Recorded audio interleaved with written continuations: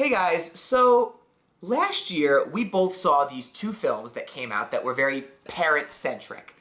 Bad Moms and Daddy's Home. I disliked Bad Moms a lot more than Daddy's Home. I dislike Daddy's Home even more. I will go see Daddy's Home 2 in exchange. We'll go see Bad Moms, a Christmas special. What we thought we would do first is say what we thought of the movies that we opted not to see the sequels of. I really have one big note, like the core of why I didn't like Bad Moms. This film presents the fact that they have to be like complete madmen breaking the law. I just thought that was a terrible message, and I thought that, I know somewhere deep down there was probably something, but in the end it just turned into a raunchy comedy, and that's all they wanted it to be. No, I agree, and what I thought of the first Daddy's Home was that it was even more maddening because it was just two dads trying to one-up each other.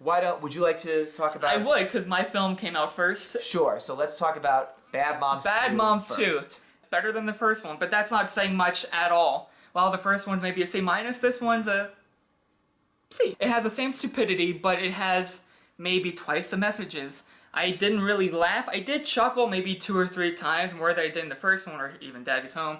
But this one just has a heart against it. It has a theme, and it's Christmas. It's not just a school year, anything can go. This one, it feels like there's a deadline, which there is a deadline, 6 days until Christmas. And so the bad moms are trying to get together and say, we need to take Christmas back for each other. But then the grandmas, or the moms itself, come into their lives. And I kind of thought the dynamic was interesting. One mom was too close with Kristen Bell.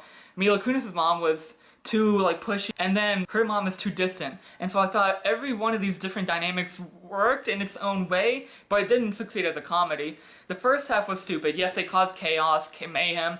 Like in the first one, they throw in slow motion in the grocery store. This one, it's a mall. So they dance in front of a stupid Santa, and I found that whatever. But the second half actually laid back, and it took itself seriously, semi-seriously, and it just had quiet scenes of them talking about who they were as characters and saying, this is who I am. One, the mom who's too close. The husband died. I just want to be with you during Christmas. I'm sorry if I take it too close. Mila Kunis' mom is saying, my mom abused me when I was a child, and I don't want to do the same for you, so by in return to do that, she is doing the same thing, but she's not realizing it. And then the other mom is too distant, and Susan Sarandon, she only uses her mom, she only uses her daughter for money, but yet she comes in, and she still loves her, and you see that camaraderie.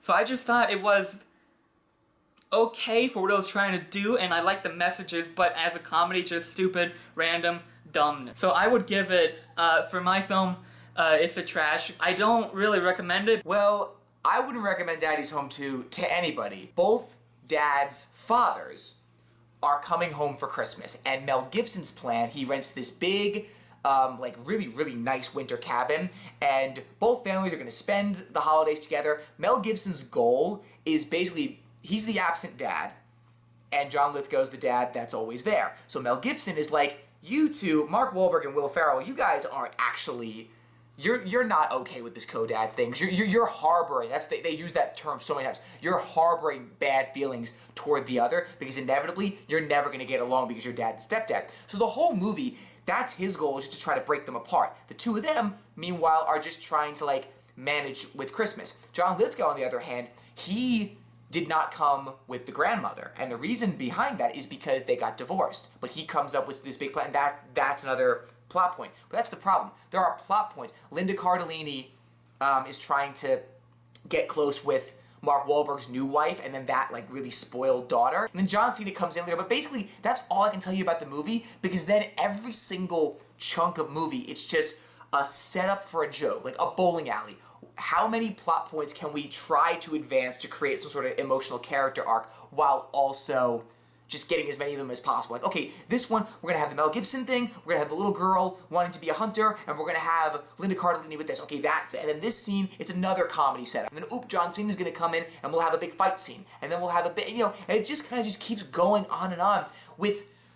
Once again, I wouldn't have minded it. There would have been something good, like what you said, the heart of your film. My film, in terms of it being, manageable, and for me to have thought that was a film worth seeing, the comedy and the setups would have had to have been good. I don't care about the character arcs, story, character, it probably wouldn't have been good. It's one of those bad comedies you see, but the setups and the big chunks of jokes had to at least make me laugh. And I gotta tell you, I barely even went like at one time, and it was because it came so out of nowhere, and it was from Mel Gibson. So that's really all I can say. But like, I don't really recommend mine either. Like, I still give it a C- because it's not the worst thing in the world. I know the way I'm talking about it, like, there's nothing good about it. There really isn't, but at the same time, there's nothing bad enough that gives it that low. But I still would probably say, crumble. And also, side note, it's PG-13. The content in it is completely PG. So that's what I sort of thought about it. The way I kind of want to end these, since these are crappy movies, let's say the dumbest scenes in these movies. And I'll go first. There is a waxing scene that's terrible. The dumbest scene in this movie, one that made me question the whole production. There's a 5 to 10 minute scene promoting Sky Zone, like the trampoline place. They just jump around and say how wonderful it is, and like, oh, it's Christmas Eve, let's go to Sky Zone, and it's a complete ad. Yeah, that was terrible. Sky Zone Indoor Trampoline Park, the ultimate 3D play experience for all ages. The stupidest scene itself was the whole film.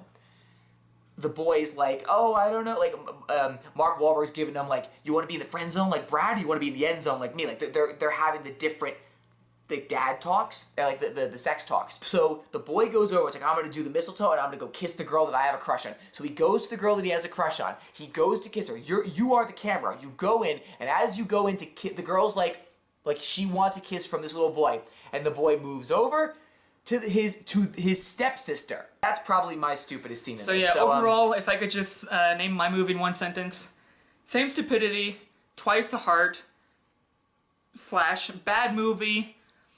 Okay, Christmas. So yeah, like I said, trash, just like Crumble, like you said, just forget about it. The only thing Christmassy about this is that it takes place around Christmas and it's about mending relationships. So I'm gonna say pointless, humorless, don't go see it, Liz. Not funny, maybe worth chuckling, but as a comedy, not funny. So again, thanks for watching. Neither of these films are gonna be an endorsement for you to watch. Unfortunately, we had to sit through them, but as usual, before you go see a movie, check in with us first. Thanks for watching. Bye.